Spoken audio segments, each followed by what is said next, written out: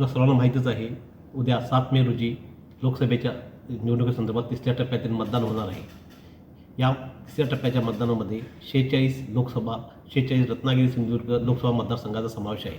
त्या अनुषंगाने रत्नागिरी सिंधुदुर्ग लोकसभा मतदारसंघात उद्या मतदान होणार आहे. रत्नागिरी सिंधुदुर्ग लोकसभा मतदारसंघामध्ये सिंधुदुर्ग जिल्ह्यातील 3 विधानसभा मतदारसंघ व रत्नागिरी जिल्ह्यातील 3 विधानसभा मतदारसंघ असे मिळून 6 विधानसभा मतदारसंघांचा हा लोकसभा मतदारसंघ आहे. त्या अनुषंगाने सिंधुदुर्ग जिल्ह्यातील कणकवली विधानसभा मतदारसंघ, कुडाळ विधानसभा मतदारसंघ व सावंतवाडी विधानसभा मतदारसंघ या 3 विधानसभा मतदारसंघाचा समावेश आहे. त्या अनुषंगाने जिल्ह्यामध्ये एकूण 918 मतदान केंद्र असून सुमारे 6,64,000 इतके मतदार आहेत. माझी सर्व मतदारांना, पात्र मतदारांना विनंती आहे की आपण जास्तीत जास्त मतदानामध्ये सहभाग घ्यावा व मतदानाचा जिल्ह्याचा आलेख उंचवावा व उंचवण्यास मदत करावी. तसेच एकूण या मतदान केंद्रावर मतदान केंद्राध्यक्ष, मतदान अधिकारी यांची नियुक्ती करण्यात आली असून एकूण 4,040 इतके मतदान कर्मचारी मतदान केंद्रावर काम करणार आहेत. त्याचबरोबर 129 सेक्टर ऑफिसर म्हणजे आपण झोनल ऑफिसर म्हणतो हे देखील काम करणार आहेत. आज सर्व मतदान केंद्राकडे सर्व मतदान पथके रवाना झाली असून 11:30 वाजता सर्व सावंतवाडी, कुडाळ आणि कणकवलीतून रवाना झालेले आहेत. त्यासाठी आम्ही 120 बसेस एस टी बसेसची सोय केलेली आहे.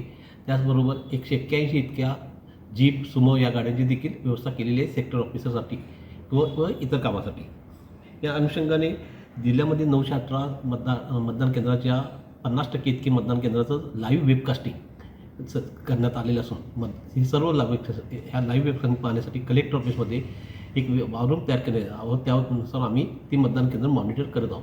त्याचबरोबर 92 केंद्रावर सूक्ष्म निरीक्षक देखील नेमण्यात आलेले आहेत आणि सर्व ठिकाणी मतदानाबाबतीत जिल्हा प्रशासन हे सज्ज आहे.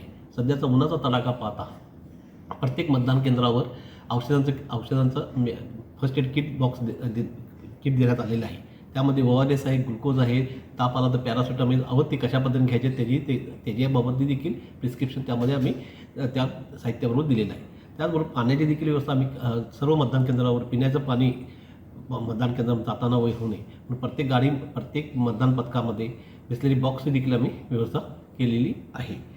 या अनुषंगाने कायदा व सुव्यवस्थेच्या बाबतीत पोलीस विभागाकडून 171 पोलीस अधिकारी, 2042 पोलीस अंमलदार, 881 होमगार्ड व CAPFची एक कंपनी अशी नियुक्ती करण्यात आलेली आहे. त्याचबरोबर त्यांचं QRT, rapid action force, quick action force, response team ह्या देखील सर्व तयार आहेत. आणि उद्याच्या मतदानाच्या अनुषंगाने जिल्हा प्रशासन पूर्णपणे सज्ज आहे. माझी पुन्हा एकदा सर्व जिल्ह्यातील सिंधुदुर्गवासियांना, पात्र मतदारांनी उद्या मतदानात मोठ्या प्रमाणात सहभाग नोंदवावा व जिल्ह्याचा मतदानाच्या टक्केवारीचा आलेख उंचवावा ही विनंती.